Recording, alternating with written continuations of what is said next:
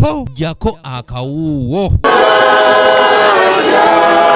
Abakungubazi beeyiye mu kuziika abadde ssentebe wa LC yokusatu eisango agaba Ssekalombi ku kyalo Katoho mu disitulikiti y'e Kasese.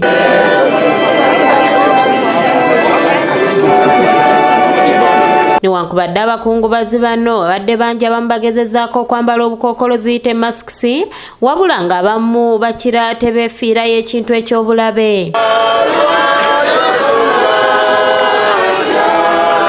Wilson agaba Ssekalombi yatomerwa patro ya poliisi ku lunaku olwa bbalaza n'afiirawo mu kabuga k'e Katoho kilomita 5 okuva mu tawuni y'e Bwera bwe yali agenda ku faamu ye.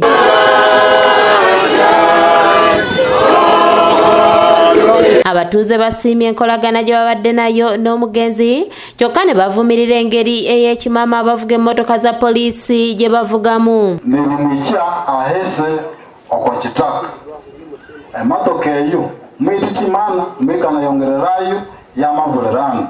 And me as a leader will begin now looking around my pocket and say, okay, this is how much I can put it. But you're not showing me anybody.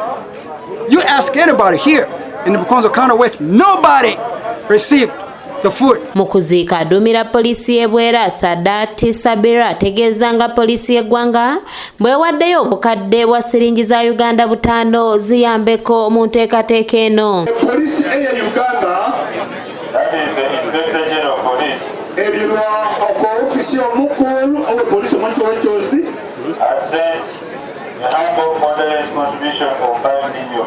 Amatatuma akabloka keriwo kikomansiko akahikire eshe-milioni 5.